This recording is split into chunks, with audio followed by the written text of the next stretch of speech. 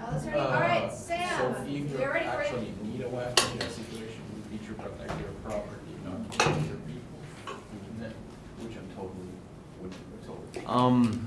How many of you in this room say you want to be successful in life, by show of hands?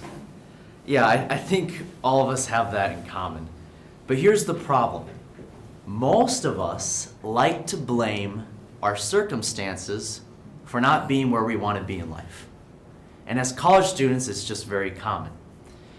But as a 17-year-old kid who went from nothing to running a successful business, let me argue this, that persistence, not your circumstances, will make you successful in life. Why? Because persistence will carry you much farther than any other trait you will have. And number two, because persistence is what made successful people who they are today. But let's focus on the first thing. Persistence will carry you much farther than any other trait will. There are many studies that have shown that being persistent and working hard actually produces a lot more results than natural talents or smarts. You know, a Business Insider article written by Philip Eric Barker on June 17th, 2017, titled "Valedictorians Rarely Become Rich and Famous," showed that the average GPA, college GPA of millionaires, is a 2.9 GPA. Now I hope none of you can relate to that, but it just shows that if you're not have the natural smarts to follow the school system very well, if you have the work ethic and the drive, you can be able to create your own system and be very successful in life. And persistence, it also overcomes circumstances. Entrepreneur magazine conducted a study by Catherine Clifford on January of 2016, and that study showed that out of the American billionaires, 62% of them are self-made. So the majority of the wealthy and the successful in this country created their own wealth. So that shows that the harder you work, the luckier you're going to get. And that kind of leads me to my second main point, because persistence is so powerful, it has made some of the most successful people who they are today. Abe Lincoln is my favorite example. Abe Lincoln is a man, according to Dr. Dave Martin in his book called The 12 Traits of the Greats, which was published in 2011. Dr. Martin discovered that Abraham Lincoln lost 3 of his sons, lost his mother, lost his wife, lost his sister, lost 8 separate elections, had 2 business failures before he even was elected as president. So his whole life was a bunch of failures, Abraham Lincoln, good old honest Abe. And that's what made him the great president he was today, to persevere. Another good example is myself. Now, I'm no Abe Lincoln, okay? But I am somebody who went from having a dream of being a CEO to being persistent and being the CEO of my own company in real life. And there was a startup in Minnesota, a startup technology company that was closing a $3 million deal with Target. And I was determined to work for that CEO as a salesperson because I wanted to get my foot in the door. And the CEO's name was Molten Butterball. I tracked down the headquarters, I snuck past all the security, I went up to Molten Butterball with a big smile on my face and I said, "Hey, Mr. Butterball, I'm Sam Ballinger. You can call me Mr. Ballinger." He goes, "What can I do for you, young man?" I said, "Well, I'd love to work for you as a salesperson." He goes, "Well, do you have any sales experience?" I said, "No, sir."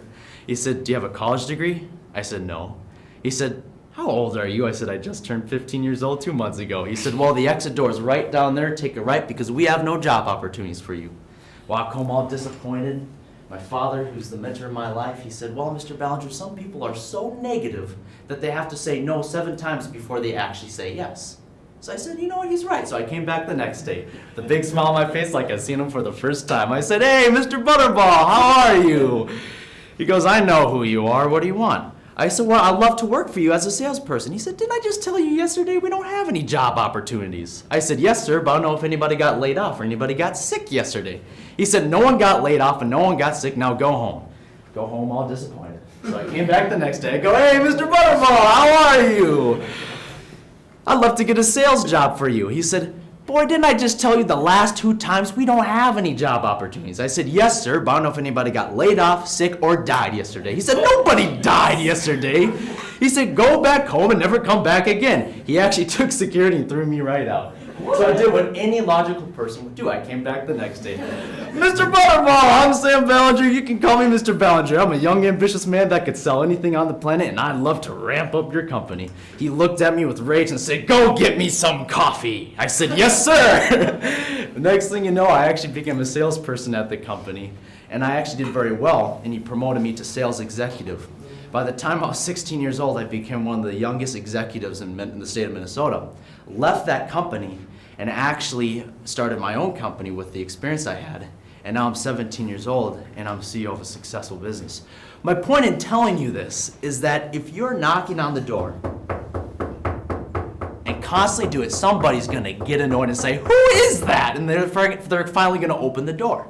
So persistence is what will make you successful beyond anything else. So the bottom line, to sum this up, is that persistence, not your circumstances, is what will make you successful in life. Because it will carry you farther than any other trait will, and because it has made successful people like Abe Lincoln and myself, not as good as Abe Lincoln, but who we are today. And just one last thought is this, that the person who runs the race, the person who wins that race isn't always the fastest, it's the person that perseveres the most. So as you guys, as young college students, run towards your dreams in life, don't be afraid to kick it up a notch. Fall down 7 times, get back up 8 times. Go where there is no path, and leave a trail.